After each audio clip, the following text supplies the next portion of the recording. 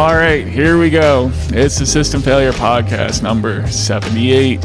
How are we doing, Nate? Hello, Brian. Number 78. Great number, and a year and a half of efforts in the can, and many more to come. It is a chilly Sunday here in Maine. We had some, wonderful temperatures in the 40s, and now we've lapsed back into the teens. So it's a bit frosty out there, but next week we've got the daylight savings time shift. And that's usually when sometime between the Super Bowl and the daylight savings time shift is when I really start to feel the cabin fever, and I can admit that I am feeling it now. It is just, I cannot wait for that sun to come out. I can't wait to get out on the roads and do some running. I can't wait to get some sunshine on my poor pasty white legs. It's going to be awesome. But we got months to wait. Well, you're always going to South Africa. When are you going to South Africa? Well, South Africa, that's a great place to visit. I'd recommend this to anyone in America.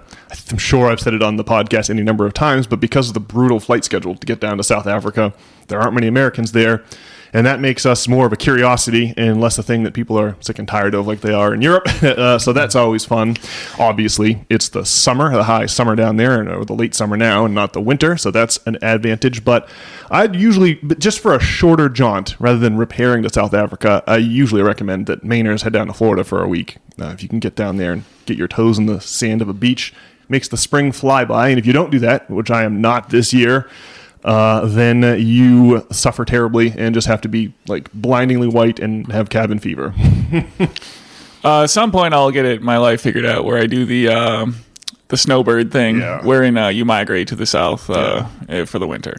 Yeah, you have to take a economic hit, of course. Paying for Airbnbs and flights and rental cars, but. If you can afford it, it sure makes the winter a lot more tolerable. But I'm going to take it on the chin this year, and so that's what I'm doing. All right. Well, what else? Lots of exciting intrigue going on this week with Elon Musk and Zelenskyy and other things. Yeah, this is the Sunday after what's going to be the infamous press conference where the, what do you want to call it, the negotiations? The rhetoric broke down between the vice president, the president, and President Vladimir Zelenskyy of the Ukraine, which I don't know. I don't really... Mike Benz posted on Twitter about how this is like a huge historical event and pay close attention. I don't know. It does seem like... When I look at it, it seems to me like Fidel Castro and Nikita Khrushchev, debating about the Cuban Missile Crisis. And then Fidel Castro not wanting... the premier of the Soviet Union to enter into negotiations with the United States. It's just like, look, dude, I don't know what to tell you, man. The Ukraine has been a client state, a vassal state of the U.S. since 2014. And I don't know, it just seems like Zelenskyy is either not aware of that or he's used to prior treatment.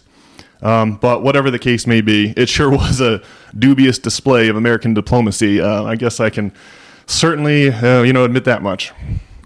I guess Zelenskyy must feel confident that they're just gonna the U.S. is not gonna hang them out to dry after 10 years or so of the aforementioned vassaldom.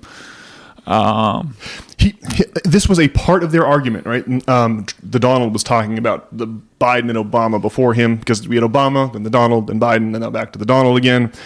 And I can't tell, is Zelenskyy able to follow the bouncing ball? Does that discontinuity vex him? Or is he must be aware that there's a deep state that stands behind the presidency, and that he must believe that he's actually in negotiations with that deep state. But I think he's underestimated the sea change, or the level to which people got sick of the deep state here in the United States. So I don't know. I don't know what hand Zelenskyy was trying to play.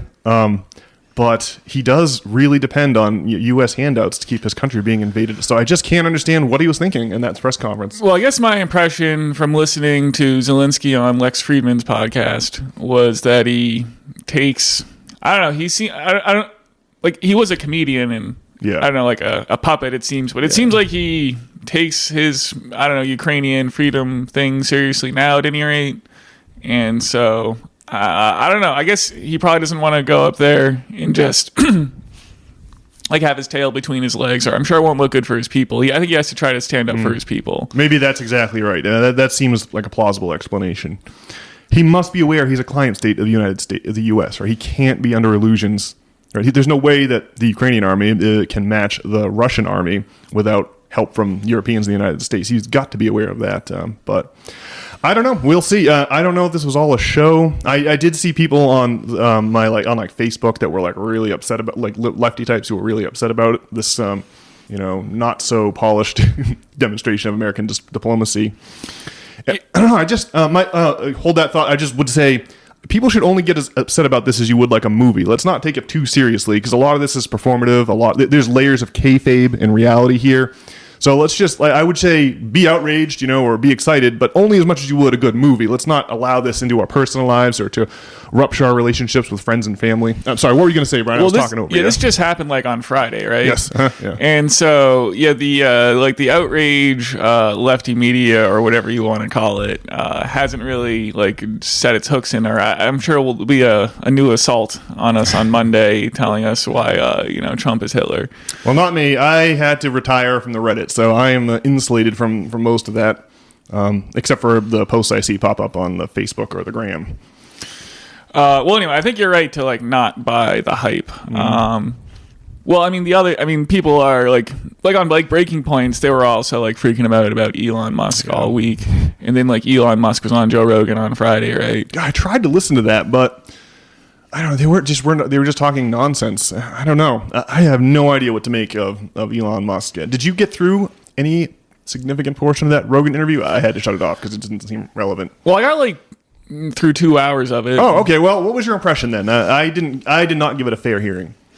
Well, Elon Musk sounds like I guess I thought he gave a reasonable account of himself. The question is ultimately are they going to. Well, there's just a lot of I don't know, he's cutting all these programs and he's trying to make a craven, I don't know, cash grab for himself, and he gets all this money from the government. And then Elon Musk goes on Joe Rogan and just talks about all the crazy things that the government does, and the USAID business is a huge coup for his cause. So I don't know.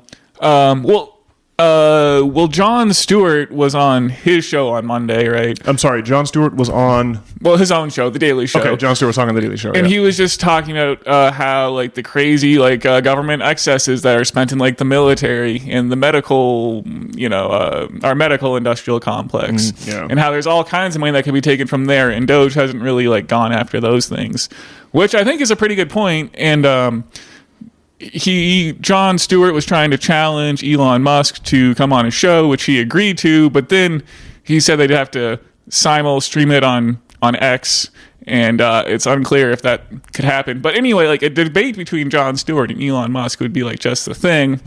And Elon Musk on Joe Rogan sounds like a reasonable person, I guess. Yeah, but Rogan's not critically interrogating him the way Stewart would. Well, Elon Musk should advocate for his political position, and then people like John Musk should fight back. And it's not like Elon Musk is going to have the whole truth, and I wouldn't expect Jon Stewart to have the whole truth either, but it's going to be steel sharpening steel is what needs to happen here, right? So I guess I don't know, I'm not I don't think we're not MAGA true believers on the podcast, like I've said before, and so but someone needs to come in and bring a different thing than the establishment's just been horrendous for many decades at this point. And so I guess I'm not worried about it. I don't know, I hear other people talking about Elon Musk. I just heard some of my coworkers, they're all freaking out, and they're talking about a bird flu is going to come and kill us all and all this stuff. I definitely don't think you should buy into the freaking out. But I don't think you should think that Elon Musk has all the answers either. But I really hope that this Elon Musk and Jon Stewart things happens. That's just kind of what we need. We need someone intelligent, or reasonably intelligent on the left and reasonably intelligent on the right, duking it out for the betterment of the American population, right? Yeah, no, I agree with that. That seems like a balanced, I agree with that certainly insofar as I hope the debate between Stewart and Musk happens. And I think it is important to take a balanced mindset into this, as you just articulated, Brian. Yeah, all these people who say that Joe Rogan is a terrible person, and that he's just buddies with Elon Musk and buddies with Donald Trump, and it's a whole lot of grifting and shilling and all this terrible stuff. I think everyone should be really excited about how the podcast medium has taken over politics, and now people have to actually have these conversations. And so I don't know, this Jon Stewart Elon Musk thing needs to happen, or some other reasonable representative from the left and the right thereof. But if things keep going in that direction, I mean, I think we should all be optimistic. Most certainly. I want to bring up Adam Carolla's ex here. He always talks about when he was a kid, like in the 70s and 80s, and there were all these hot actresses, and he obviously had a crush on half of them coming on his TV. But then as they got older and Carolla got more successful, right, their stock would go down and Carolla's goes up. And he always talks about the theoretical point where the two crosses meet, where he and the hot supermodels in the 70s would be of equal value, and you would wonder where that is. That is kind of that way with the System Failure podcast and like MSNBC, right? MSNBC is in a state of collapse, right? Their viewers are down to like 10,000, So System Failure, we're creeping up every week and they're creeping down, right? The point I'm trying to make here is that MSNBC is in a state of utter collapse, and so is the rest of the legacy media. So we have to appreciate that a substantial amount of the hate for the most popular podcast in all the world comes from a dying media who is hemorrhaging viewers to Joe Rogan. So let's appreciate that, a lot of those opinions aren't quite authentic. They're astroturfed or artificial. So I would just drop that little point in there. Excuse me, that little point in there. I like this idea that they're growing System Failure. We're gonna meet with the mainstream media at some point. Oh yeah, most assuredly. It's like it's really more of a testament to MSNBC's collapse than our success. But soon enough, I'm sure we'll be a much more august media outlet than MSNBC could ever hope to be again, eh? I mean, if we ever get to like 10,000 listeners, dude, yeah, we'll be competing with Rachel Maddow basically for viewers or for airtime or relevancy, I guess. Yeah, that's really, and that's a small podcast too. Like we had 10,000 listeners, pretty modest in terms of podcast numbers for the big heavy hitters like the Rogans and the aforementioned Lex Friedman. On the topic of Elon Musk, though, I would point this out. Like this whole business about, God, the government is wasting money hand over fist. Look at all these ridiculous expenditures. Well, what the goal here, just keep this in mind, right? Because on Tuesday, the House passed their budget for the upcoming year. And their budget now, quote from the Wall Street Journal here to get the numbers correct, the 217 to 215 vote delivered a victory for House Speaker Mike Johnson of Louisiana, who united all but one of his GOP members, Thomas Massie of Kentucky, around the approach that requires significantly reducing Medicaid costs and likely won't accommodate all of Trump's desired tax cuts. Here's the math. The House passed plan calls for $1.5 trillion to $2 trillion in spending reductions over a decade, and $4.5 trillion to $4.5 trillion in tax cuts. So these guys have no intention. All of the Representative Thomas Massie, someone who I believe is one of these politicians with a spot of integrity, is nonetheless perpetually confused about the deficit.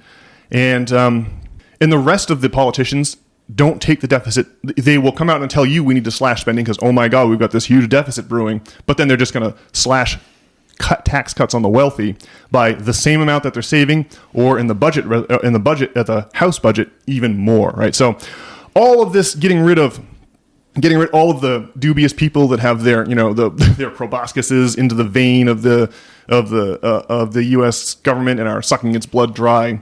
We're not going to fix this blood sucking. We're just going to remove it from the people who are currently receiving dubious aid and give it to the wealthy in the form of tax cuts. So that's the real agenda here. So I would exhort our audience to not be taken in by all of this talk of grift and all this talk of the deficit. Or what this is all about is lessening the tax burden on the wealthy. That is the ultimate goal here. Always has been. And I submit that the House budget that passed on Tuesday is Exhibit 1A and the only exhibit you need to really show what the true intentions are here in Washington. We are in the steal everything that isn't nailed down phase of government, or of empire, excuse me. Well, it is a Republican administration. Yeah. So. Yes. And look, honestly, there should be some, like the Republicans should advocate for tax cuts, right? The real problem is that the Democrats aren't doing, they're secretly working for the same interests that control the Republican Party since the Clintons, right? They've completely abdicated any sort of representation of the working class. So we only have representation of the oligarchy on Capitol Hill as of this moment. And that's the real problem, right? That is why I could never hold my nose and vote for Harris or Biden, because we cannot reward the Democrats with votes when they are involved in this playing one side off against the other game, but secretly beholding to the same masters who control the Republicans. So I really just, I'll say it again, I just think that House budget really shows you what the actual game is here. So pay attention to the budgets they pass and not to the rhetoric. That's what I would say on that front. Yeah, well, obviously, we just need like a left-wing party that like actually represents left-wing interests, right? A shocking notion, Brian. Yeah, imagine such a thing. It would be an embarrassment of riches. Well, I mean, I'm hopeful that we'll get there. Yes, yeah, me too. Well, Brian, if we've got no further commentary on Mr. Musk and his doings, I shall now launch into the Wall Street Journal article of the week. Are you ready for that? I can't wait. Yeah, okay, so last week into this microphone, I read off the entire article, but this week I've got a condensed Reader's Digest version. Ooh. Yeah, so it'll be a little shorter. I just highlighted the important parts. So I'm going to have a little sip of water and then launch into it. Alrighty, this article is entitled, Why MAGA Folks Should Read Marx. You can see why I picked this one out. Love it. And it's subtitled, Today's Conservative Populists Will Find Sympathetic Ideas About the Failings of Capitalism in the Writings of the Great Communist Philosopher. And this article is by Mr. Jacob Berger. On the surface, the 19th century philosopher and 21st century conservatives seem to hold opposing worldviews. While Marx marvels at the free market as the great engine of development the world has known, he argues that capitalism inevitably fails to guarantee a good life to hardworking people. The American right, on the other hand, has long championed free enterprise, viewing any intrusion by government into business as a menace. In the Trump era, however, the ideological divide isn't so straightforward. Both Marx and today's populists aim to harness similar instincts to empower ordinary people. Of course, no mainstream politician seriously entertains Marx's proposal for the abolition of private property in favor of public or collective ownership of the means of production. But a growing movement in the GOP, led by Vice President J.D. Vance, among others, is deeply critical of certain features of capitalism.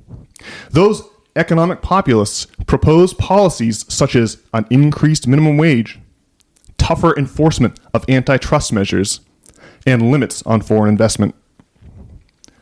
Still, given the history of murderous communist regimes like Stalin's Russia, Mao's China, and Pol Pot's Cambodia, it is tempting to infer that Marx encouraged tyranny. But Marx did not advocate violence or political repression, and he would be appalled by the atrocities committed in his name. He pressed for revolution, but he envisioned that the ideal transition from capitalism to communism would be peaceful and democratic, like the Velvet Revolution that freed Czechoslovakia from Soviet rule in 1989. That's a little spot of Prague history that I always enjoy there. Back to the article. Many conservative pundits and politicians use the expressions Marxist or communist as catch-all insults for whatever they regard as contemptible. Some recent attacks target so-called cultural Marxism, presuming that the philosopher paved the way for liberal or woke policies. But Marx wrote little about identity issues, even if certain writers who claim inspiration from him put them front and center. His focus was primarily on economic class, and his critique of capitalism was based on values close to the hearts of Trump supporters. Marx argues that capitalism is not only restrictive, but fundamentally exploitative. He shows that the profit motive encourages owners and managers, consciously or not, to squeeze labor and drive down wages. This dynamic has been the prime factor in the export of American manufacturing jobs to countries where workers can be paid much less. The consequence, Marx observes, is a system that slowly but inexorably consolidates wealth and control in the hands of a small minority. Today, that group includes almost 3,000 billionaires worldwide. Conservatives, too, worried about the concentration of power in the hands of elites. And Marx would argue that the right has simply been focusing on the wrong elites. Marx's alternative, communism, is often assumed to require a massive enlargement of government. But public ownership needn't mean centralized control. Communism is, after all, about communities, the kind whose disintegration Vance laments in his memoir, Hillbilly Elegy. Marx thought that the people must collectively oversee their own destinies on a local level, not through an agenda forced upon them by federal bureaucrats or the leaders of major corporations, or, for that matter, a Politburo. Sounds like a conservative's dream, no? Marx never provided a detailed proposal for an alternative to capitalism, to some readers' chagrin. But that's in part because he thought of the structure of society as up to the people to decide democratically. Whatever direction we might take regarding Marx, reading Marx helps us better understand our situation and opens new ways of thinking about the future we truly want. The reason conservatives hate so-called cultural Marxism is that it seems to enforce a kind of groupthink that stifles free thought and debate. But that's just what's happening with Marx. If they would only give him a chance, populists might find an ally they didn't know they needed.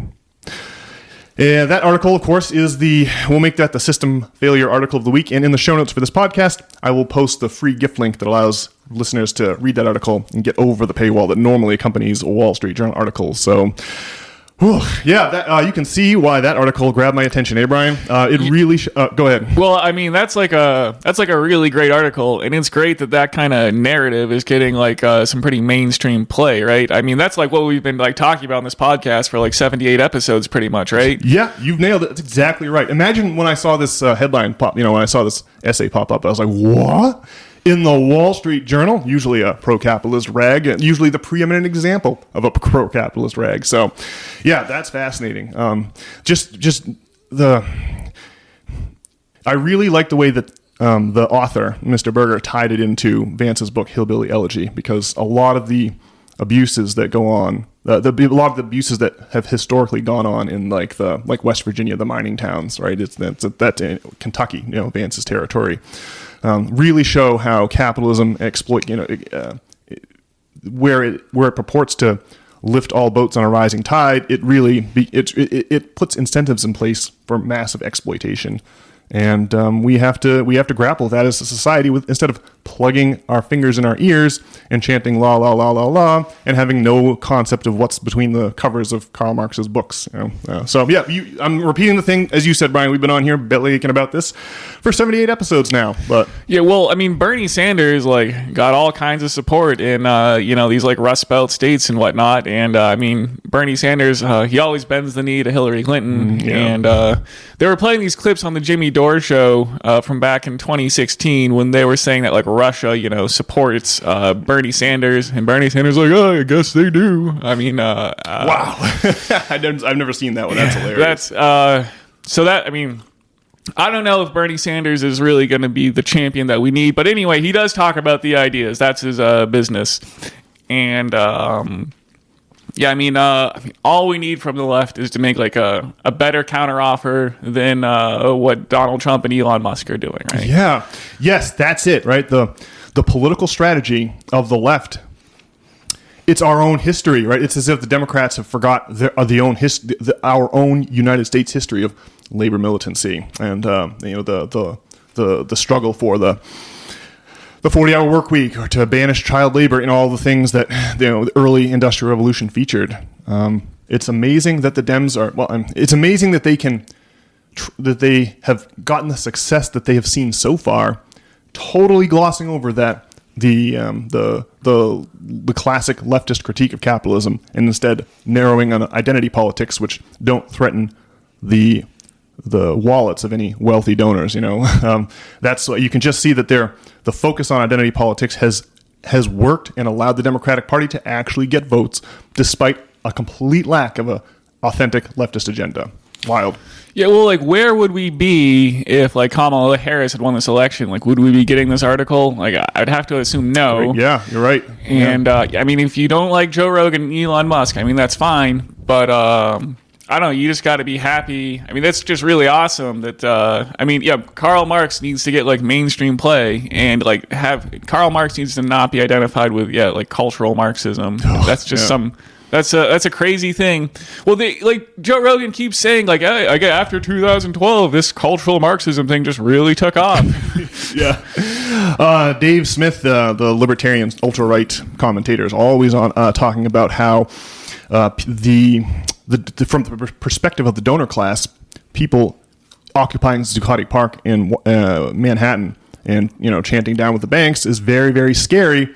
But people participating in an incandescent debate about early term abortion is non-threatening at all to those same donors. That's a distinction we must all keep in mind before we get too excited or outraged about the messages brought to us by the dubious mainstream media. Yeah, well, the thread that we don't lose on the System Failure podcast is that it's just this bait and switch strategy to get people away from,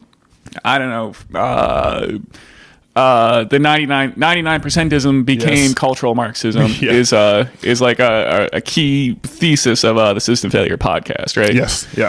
And instead of the 99% versus the 1%, we've got like 50 versus 50 about whether trans women should play in women's sports, and just going round and round and around with that, instead of talking about the exploitative nature of capitalism and what we can do to harness capitalism or to augment it to make it work better for everyone, instead of for a tiny number of small elites, a tiny percentage of small elites. You know what I'm saying? And it's this sleight of hand trick that's people have been falling for like over a decade. And but of course, we have the Wall Street Journal now, shedding light on what's going on there, which is just like unbelievable. So that's fantastic. Yeah, it's pretty heady stuff to read in the August pages of the Wall Street Journal. to echo that.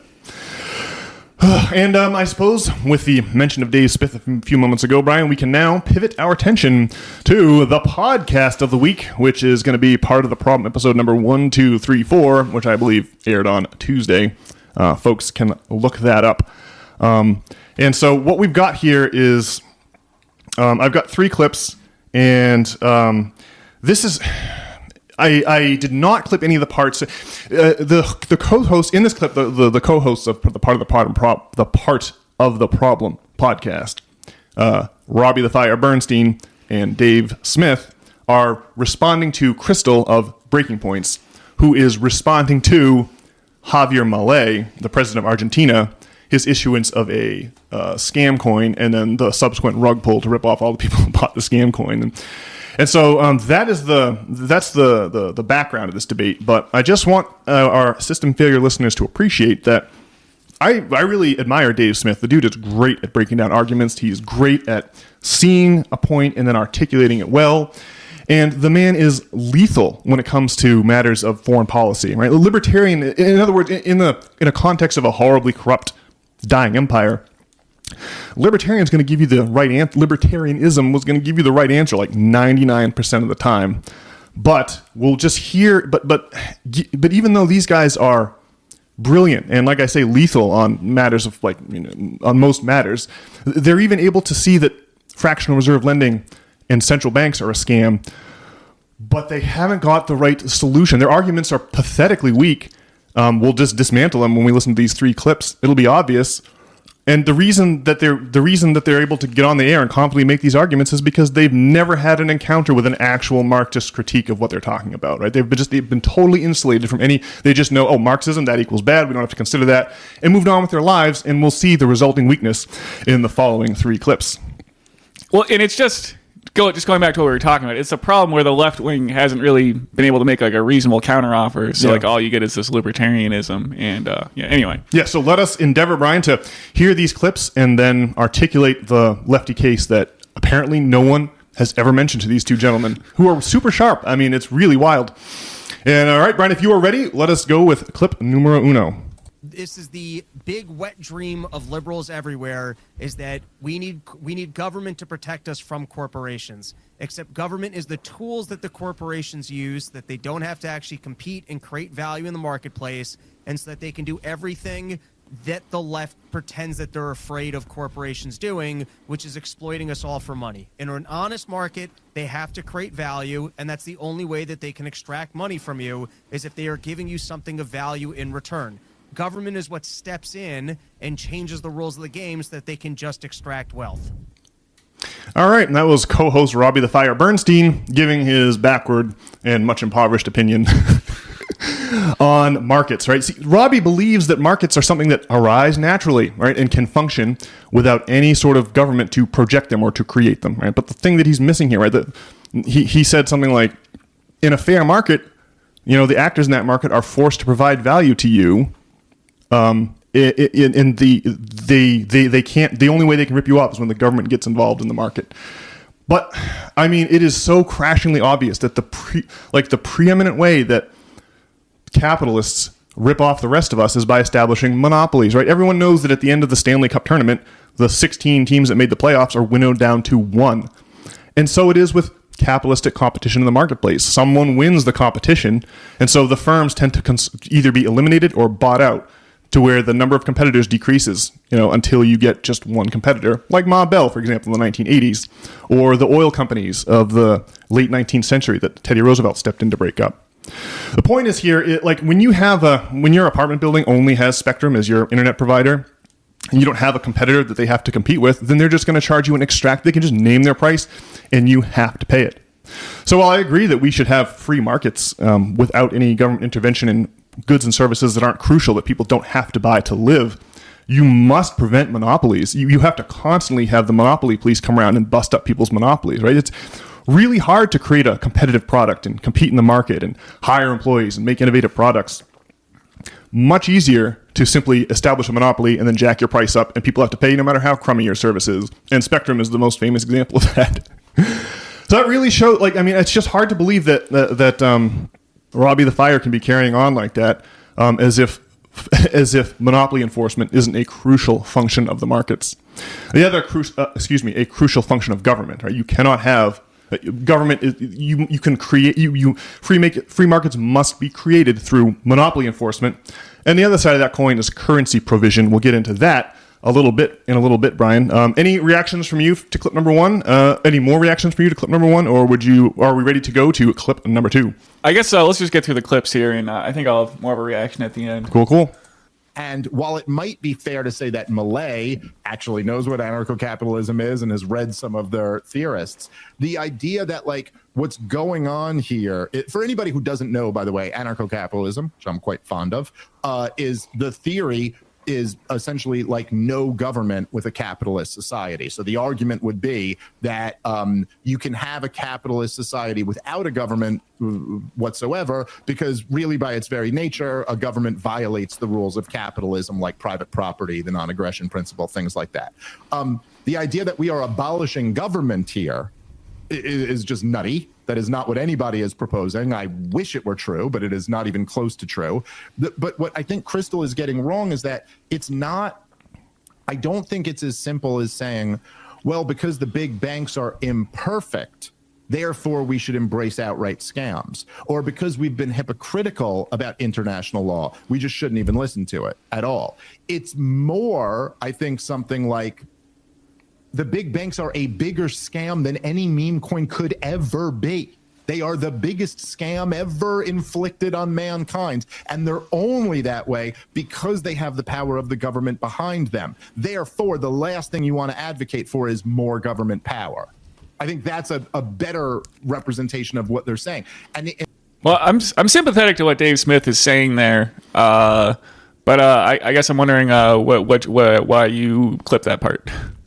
Dave Smith is essentially, I think it's in the next clip he makes the referee simile. He's essentially saying that we're playing a basketball game. The referee is corrupt. He's bought and sold. He's only calling fouls on one team and he's tripping the other team. And Dave Smith's argument here is that because the power of refereeing is being used in an unfair way, that we should abolish referees entirely and let the game run without a referee. But he's failing to realize that the game depends on the referee. It devolves into you don't get capitalism, you get monopolies and extraction.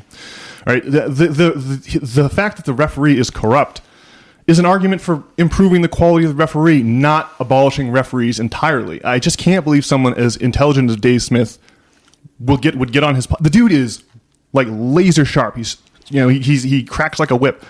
But he gets on. But this is the level of discourse on his podcast. It's just absolutely bizarre. He just hasn't actually ever had to confront the real ideas of Marxist economists. That much is clear. All right. Well, I think the sports metaphor is a pretty good one. Yeah, because if you're like watching like the NFL or something and you see some terrible officiating, you're like, good God. I mean, this is obviously the refs must have bet like 6 figures on this game or something. And so you want to say like no refs. But obviously the NFL is dependent like on the officiating is like the whole premise of the game in the first place. Well, should we roll the last clip? Yeah, let's hit that last clip. I can't remember if Dave's going to talk about the basketball referee in this one, but if he does, it'll work out great. Like, oh no, granted, yeah, it's true that like the regulators have been rigged and all of this, and like, yes, we can demonstrate this, but if you're arguing that, then that's not the dunk you think it is. You would just be arguing for more regulation. No, you're still stuck in this mindset that the government are the referees in the game. Okay. And so you'd want more rules, more referees. The point being made is that government is the referee who's working for one of the teams, who's tripping other players on the other team, who's only calling fouls on one side and not calling fouls on the other. And in that case, the last thing you'd want to do is give that referee more power. It just makes absolutely no sense whatsoever. And so, no, it is actually a very fair point for him to be like, look, all of these markets are rigged. And if you're just complaining about these markets, you're kind of demonstrating something about yourself, because the truth is they're all rigged. And the government getting involved further rigs the markets to an extraordinary level that you could never get without the government rigging the markets. I mean, listen, use it like anybody who's just like, if you make a little bit of money, I don't even mean like you have real money. I just mean like if you have a decent salary or something like that, you already know, look, dude, you pay enormously high taxes, right? And then why is it that if everybody, contributes to like their 401k or their IRA accounts or whatever like that? Because it's the only way, like the government forces you through taxation to put your money into the stock market, like to gamble in Wall Street. You're forced into that unless you just go on to get robbed blind. And then they'll be like, hey, if you gamble it all on Wall Street, if you give your money to Wall Street for 40 years, we'll let you pay much less taxes on them when you need it to retire. Now think about how much that's just rigging the game for regular people to give their wealth to Wall Street. Now, I'm sorry, you could refer to those regulations as rules, and somehow I'm against rules now, but I am sorry. The only reason why Wall Street is a multi-trillion-dollar industry is because the government has rigged the game in their favor. By the way, at the behest of big bankers. Like it's not like a coincidence that the big financial companies have given so much money to politicians, and it's not a coincidence that the Treasury Secretary always comes from Goldman Sachs or Bear Stearns or whatever. You know what I mean? Like it's obviously a rigged game. So it is not true that pointing that out leads to the conclusion that the government should have more power. That just you can't get there logically unless you're just denying the reality of that claim. So this guy gets it all wrong and does not understand what the guy he's interviewing is saying. And now it's Crystal's turn. Let's go back to the. And also, just to expand a little bit, it's all on the back of fractional reserve banking and the ability of the Fed to bail out Wall Street every single time that they explode one of their credit asset bubbles. Yes. And so the point being, if you think you're being protected by government while it's only throwing fuel on the fire, that's not more helpful. All right. Well, you get the point there. Eh? They're able to identify the scam that is Wall Street. They're able to identify the scam that is fractional reserve banking. And they're further able to identify central banking as a scam. But they just can't envision like a role of government enforcing a free market and eliminating those scams. That is to say, the banks have corrupted the government, and so rather than fixing that, their proposed solution is just to eliminate the government entirely. Something which, of course, it doesn't actually work. Well, I think that the libertarian viewpoint reflects a certain kind of truth, and that is, the government is like the biggest mob in town, yes. Yeah. And so their ability to act justly is sort of inherently compromised, and so I think that kind of I'm sympathetic to that viewpoint. And then like on the left wing position, it's like, well, we need to petition the government to be accountable to the people and do good things. Yeah. But I think the left-wing position has some tension because I think that Dave Smith's observation still is kind of holds true. But ultimately, I don't think the anarcho-capitalist, utopia is very plausible. But I think that also I don't think the the communist utopia is very plausible either, or at least not one wherein, having a central government, be not corrupt is not very feasible just based on human nature. Elites are going to be in control and, do what's good for elites and give some scrapes, from the table or, to the people. So, ultimately these two ideas need to kind of duke each other out and kind of, there's always going to be some tension in the system because there's sort of an inherent paradox going on is what I'm trying to say, right? Yeah. They have the same in the clip they had clipped on the we clipped part of the problem clipped Breaking Points, and Breaking Points clipped Mark Andreessen, the investor who's involved in the Donald administration here, and he was on there saying, yeah, there's no such thing as democracy, and every society is ultimately an oligarchy because the great mass of the people are never organized, and so because it's impossible for the majority to organize, the minority is always doing the organizing, and therefore you always have an oligarchy that subverts democracy. And it's just, I'm just looking around going, okay, when in history has the answer to our problems been more oligarchy versus more democracy, right? The graduation from the slave societies of antiquity to the feudal societies of the Middle Ages was a step in a more democratic direction. It was less exploitative. And then the step from being the feudalism of the Middle Ages to the capitalism of the Industrial Revolution is another step in the right direction, right? It's much better to be an employee than a serf, and much better to be a serf than a slave. And the next iteration of society, if the pattern continues, is going to be more democratic, but not perfectly democratic. And I think that obviously the way that you stop the government from being beholden to the banks is to make it beholden to the people instead. So what we really have here, what Marx is really trying to articulate, is a lack of democracy, right? It is the undemocratic nature of companies themselves. They're autocracies, and their operation as such is why, as noted by Mr. Berger in the article read at the top of the show, that is why corporations make decisions, for example, to offshore their factories from America to foreign shores where they can pay starvation wages to laborers versus having to pay the kind of wages that workers expect here in the United States. Well, I agree with Mark Andreessen. This is what Dave Smith was saying about Mark Andreessen. This isn't exactly what Dave Smith said, but what Mark Andreessen is sort of doing is, restating the thesis of, Machiavelli's The Prince, which ultimately is not a guide on how to be Machiavellian, which has come to mean, being cutthroat. But it's it's a warning, the Prince was revolutionary because it exposed what the ruling class was like, and so what you have to do is be aware of what's going on, and so we need to make our decisions in light of the truth, basically. Yes, and I guess the amount of the idea that the people can never organize obviously isn't quite true. We seem to be in an era of empowerment. The Wall Street Journal article is a case in point that the empowerment of the people is going up, and this whole podcasting era is a fantastic development. So this is all coming around in full circle, crazily. Yeah, you can really see how the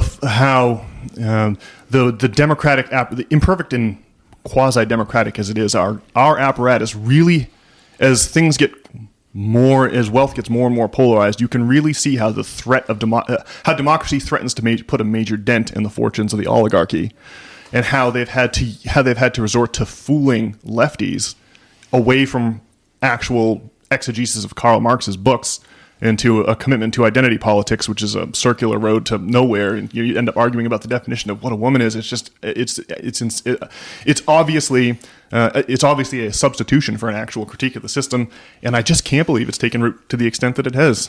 Well, obviously, Dave Smith's whole career is built on this exploration of libertarianism, and it's gotten him to where he is, and it's sort of a movement that is growing in power.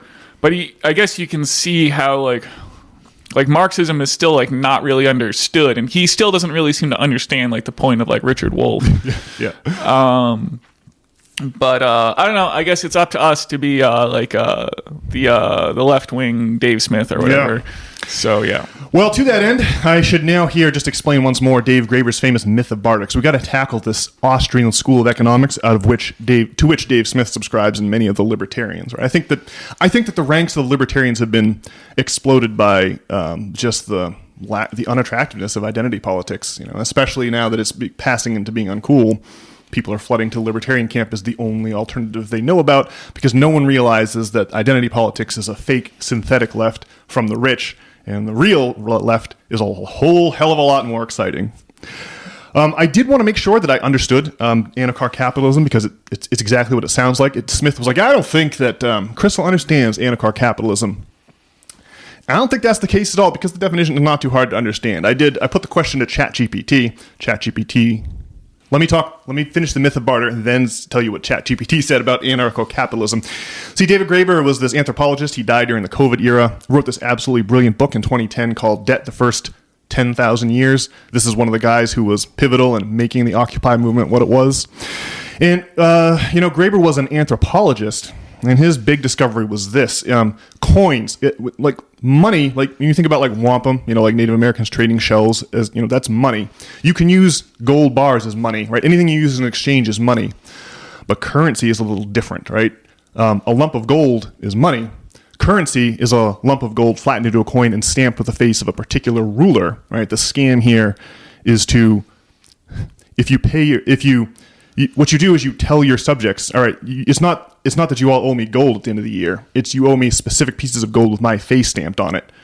And you do that so that when you pay your soldiers in coinage, they then turn around and it's a way of getting your populace to outfit your army for you, right? That's how this whole coinage thing started. The whole thing about money started. And it was in the 7th century BC, not that long ago, right? So the 700s BC. The Lydians in modern-day Syria invented this scam, not of valuing lumps of gold or silver, but valuing lumps of gold or silver stamped with a particular ruler's face. And that's still the scam we're running today, right? In other words, the government, the Lydians, the first Lydian kings who used coins, established a monopoly on currency issuance, right? By generating these coins, and by demanding from each and every member of their population some of those coins back, they forced those people to provide for the soldiers who were paid in said coins.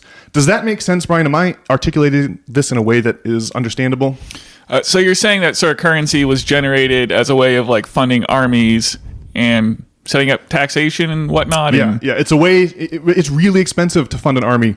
I mean, you have an army of 10,000 people. Think about how much food they're going to eat every single day. You want to wage a multi-war campaign like Alexander the Great? You're going to have to find some way to convince the armorers and the weapons makers and the food makers and the tavern wenches and the inns and all these people to provide for your soldiery. That's the idea. Makes sense. Yeah. So the assumption has long been, Adam Smith made this assumption, and it has stuck in our society ever since, is that the coins that were introduced in the 7th century just acted in the same way, the same medium as the lumps of precious metals did before the advent of coins, right? The idea is that before coinage, people had to engage in barter, right? Brian, you're the great hunter. I'm the great bow maker. I'm hungry. You need a bow and arrow. We have a double coincidence of wants, right? Which is inconvenient for making trade. I got to find a hunter who needs a bow, and you got to find a bow maker who's hungry. If we both meet those criteria, now we can make a trade, right? That was the assumption, right? The double coincidence of wants. Adam Smith wrote all about it being a major barrier to trade. And so you would settle on some kind of a common currency as a medium of exchange, so that even if you're not necessarily hungry today, or even if you don't necessarily need a bow, even if I'm not necessarily hungry today and you don't necessarily need a bow today, we can still trade, right? The punchline of David Graeber's book is that anthropologists can find no sign of barter anywhere in any of the cultural records. Nothing we have indicates barter societies. They only come around when a society gets money and then loses it. Right? They had money, they function with money, that's how they're thinking. Then the money goes away for some reason. Now they're left trading goods and services in kind. That's when, prior to 700 BC, there was no such thing as barter, according to David Graeber, which is fascinating, right? So before 700 BC, how does the hungry bow maker and the bowless hunter, how do they trade, right? Is the big question, right? How is it possible? And the answer is crashingly obvious. You would just owe them one, right? If you didn't necessarily need a bow today, you might give me my meat anyway, and then I would just kind of owe you one, right? So debt was the actual medium of exchange, not barter. Never has been. And so this idea that barter naturally arises without a government, without a central government, is where the libertarians are coming from, right? They think of the free market as something that is somehow separable from the state, but they are not. The state and the government are two sides, if you'll forgive the parlance, of the same coin. So that's all very interesting, right? Really, a free market is something that has to have two conditions. You have to have the state kill the monopolies, and you also have to have the state provide the medium of exchange. Now, anarcho-capitalism, keeping in mind that we want the state to have a monopoly on currency issuance, I shall now read to you ChatGPT's definition of anarcho-capitalism so we can be sure we're not missing anything. And by the way, unprovoked by me, ChatGPT just turns this into a criticism of anarcho-capitalism because it's a horrible idea that you can easily poke holes in, right? I mean, it's unbelievable that this is Dave Smith's. It's unbelievable that he thinks Crystal doesn't understand it, and it's unbelievable to me that he advocates for it. So listen to this. Under anarcho-capitalism, the provision of currency would be entirely privatized, meaning that private entities such as banks, corporations, or even individuals would issue competing forms of money. In theory, this could take the form of commodity-backed currencies like gold or silver, private banknotes, digital currencies such as Bitcoin, or other financial instruments that gain market acceptance. The Austrian school, which heavily influences anarcho-capitalist thought, often argues that a free banking system would naturally result in stable and efficient currencies through competition. However, this assumption ignores the historical reality that private banking systems have frequently led to monopolization, financial crises, and the need for state intervention. More critically, without a state to enforce legal tender laws or regulate counterfeiting, the viability of any currency would depend entirely on trust and voluntary agreements. This raises the question, what would prevent a dominant issuer from acting as a de facto central bank or establishing a private monopoly over money? In the absence of a state, a large financial entity could still use its influence to manipulate the market, much like corporations do today in various unregulated industries. Anarcho-capitalists might argue that competition would prevent such monopolization, but history suggests otherwise. Private banking eras, such as the free banking period in the U.S. between 1837 and 1863, were rife with instability, fraud, and bank failures, ultimately leading to increased calls for government oversight. Ultimately, the question of currency in an anarcho-capitalist society exposes a core contradiction. If currency is purely private, what mechanism ensures its stability and fairness? And if some entity inevitably dominates the system, how is that different from a central bank just without democratic accountability? Right. So it seems like the critique of anarcho-capitalism is that if you don't have a government, someone's still going to get a hold of the system. They'll duke it out with the other competing forces, and then someone's going to win and create a monopoly, and you're going to have a government again. You got it. Yep, that's it. Yeah, pretty wild stuff. Well, I mean, to be fair to Dave Smith, though, I mean, I guess it just seems like the idea, like the bit that it said at the end there about, well, it seems like you could say the same critique. Just there's a problem where like your central government is going to also have problems of being like unaccountable too, right? Well, that depends on how it's structured. Does the central government have democratic oversight, or is it overseen only by a shadowy banking cabal? Right? It depends on the structure. Right? There is a range of quality of government. Right? There's crappy, low quality government, and then there's high quality government. Right? This is a distinction totally lost on Dave Smith and the rest of the anarcho-capitalist libertarians. There's the question of quantity of government. How much government do we have? And then there's a question of what is the quality of that government, and they just can't seem to arrive at that distinction. All right. Well, I guess two things are, I'm not sure about the significance of the myth of barter in this, and then the other thing here is just this is why I advocate against utopianism, because just the utopian fantasy just doesn't make any sense, because there's just always going to be some tension one way or another between like the powerful forces trying to subvert everyone else to their own ends.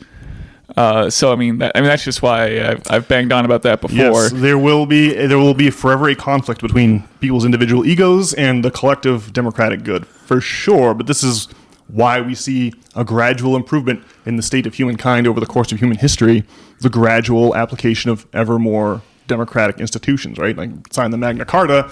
It's a big deal. It really changes English civilization, for example. Sure. But so you bring up the myth of barter Yes. just because it supports the case that anarcho-capitalism doesn't really work then, or that... Or Yeah.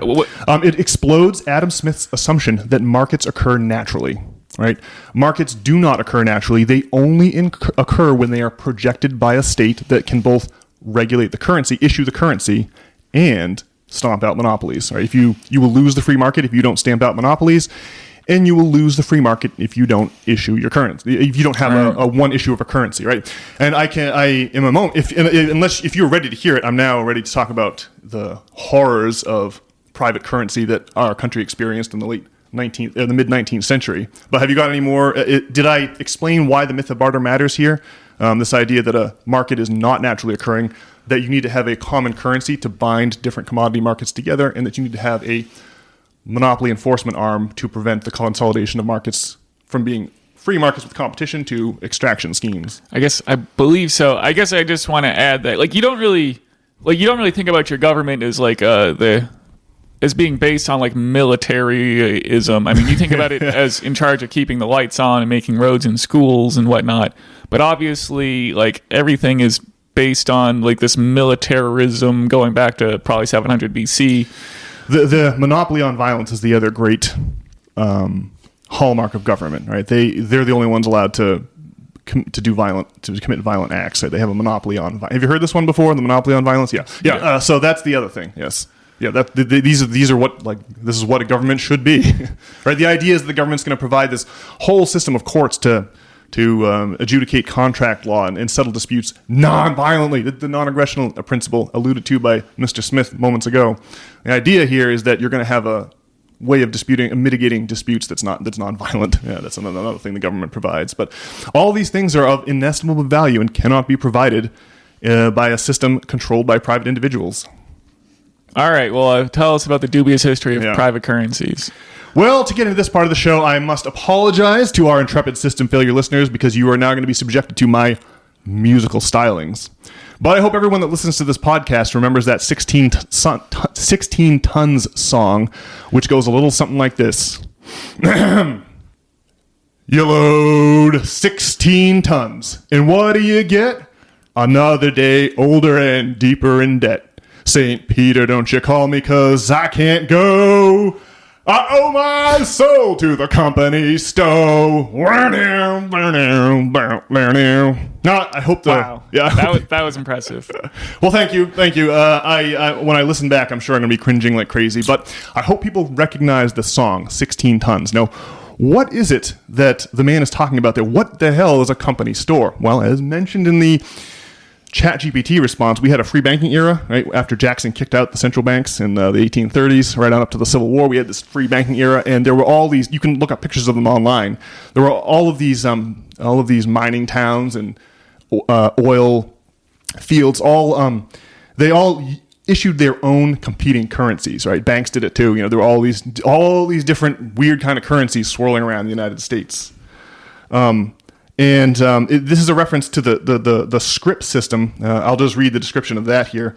Under the scrip system, workers were not paid cash. They were paid with non-transferable credit vouchers that could be exchanged only for goods sold at the company store.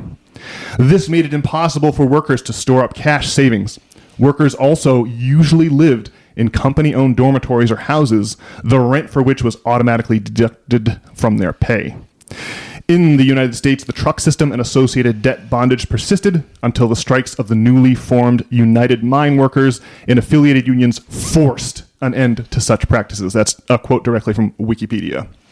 And those are really some brutal strikes, right? Yeah, the first airstrikes, I believe I had this right, the first airstrike ever executed by the United States government was bombing the camps of striking workers at the Ludlow, All right, it's either the Ludlow Massacre or the Massacre of Blair Mountain, or the Battle of Blair Mountain. These are two. I can't remember which one featured planes dropping, incendiaries and killing women and children in the camps who were doing the cooking. It's absolutely the labor wars were serious business, and the ultimate victory in those labor wars by the barons who own, say, the coal mines of Kentucky and West Virginia, where our man J.D. Vance comes from, right? You can just see the abandonment of those regions. It's just the Rust Belt and Appalachia. For whom Vance has become the prominent spokesperson, right? In his book Hillbilly Elegy, these are the places that were decimated by the use of company stores and script and the truck system, where you had all these different currencies, and you would just get totally exploited by the issue of those currencies. Now we are subject to a similar scam today. The central bank, we have given a monopoly on our currency issuance to a central bank, which is a scam. The Dave's, I don't have to expound here on how the central bank is a scam. Everyone knows that it is, right? Dave Smith and Libertarians are hot on the trail. But without the insight of Dave Graeber's Myth of Barter, they find themselves, and without ever cracking a book written by Karl Marx or a serious Marxist economist or Marxian economist, they're just kind of adrift with no real contact with these obvious objections to anarcho-capitalism. So, like you say, Brian, I thought we'd make the objections here since no one else seems to be. So that'll be our role on the System Failure podcast, eh?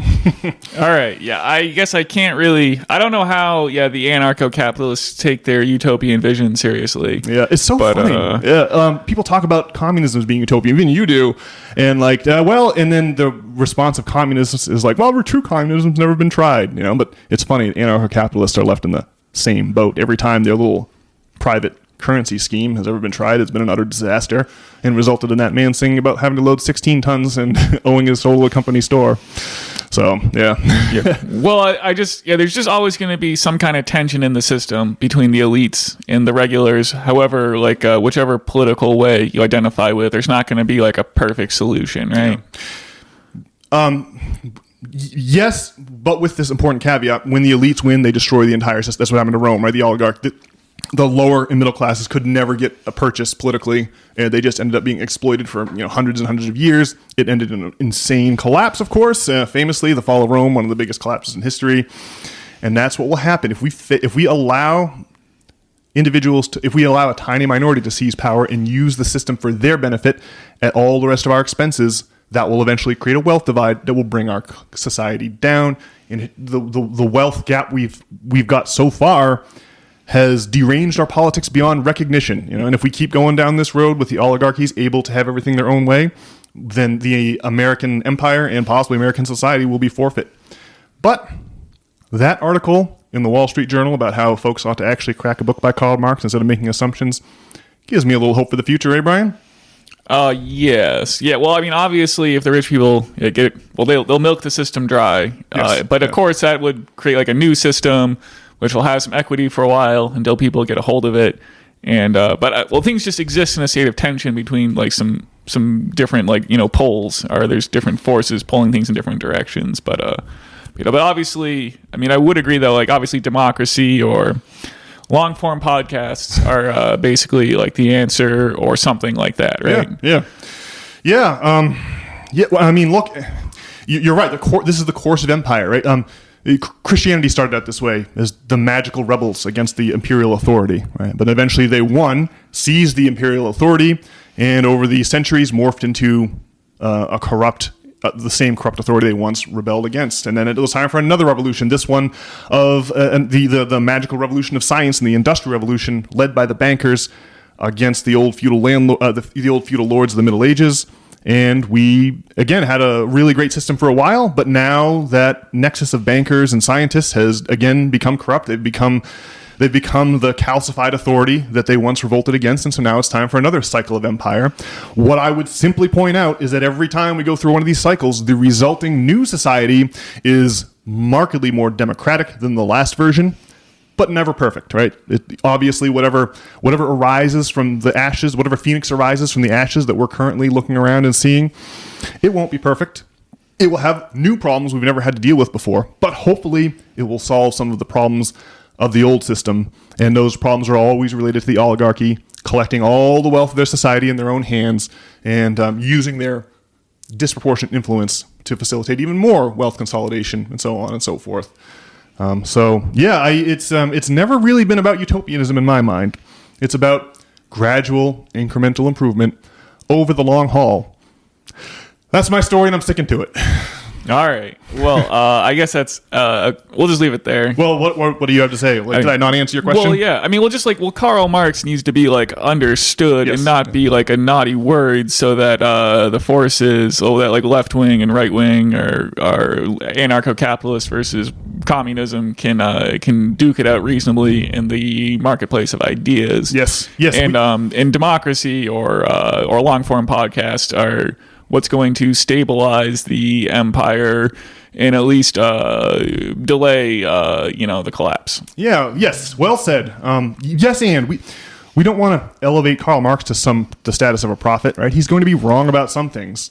We should have a healthy, incandescent debate between the conservative Republicans who want to slash taxes on the wealthy and a also equally healthy and equally formidable left, armed with the lights of leftist tradition, not eschewing the lights of leftist tradition out of some confused, McCarthyism, right? So we want to just take the ideas of Karl Marx seriously, and actually engage with them. I mean, when you look at the history that those books have had on the impact they've had on the trajectories of civilizations like Korea, Vietnam, China, Cuba, Russia. I mean, it has had a profound impact on the trajectory of humankind.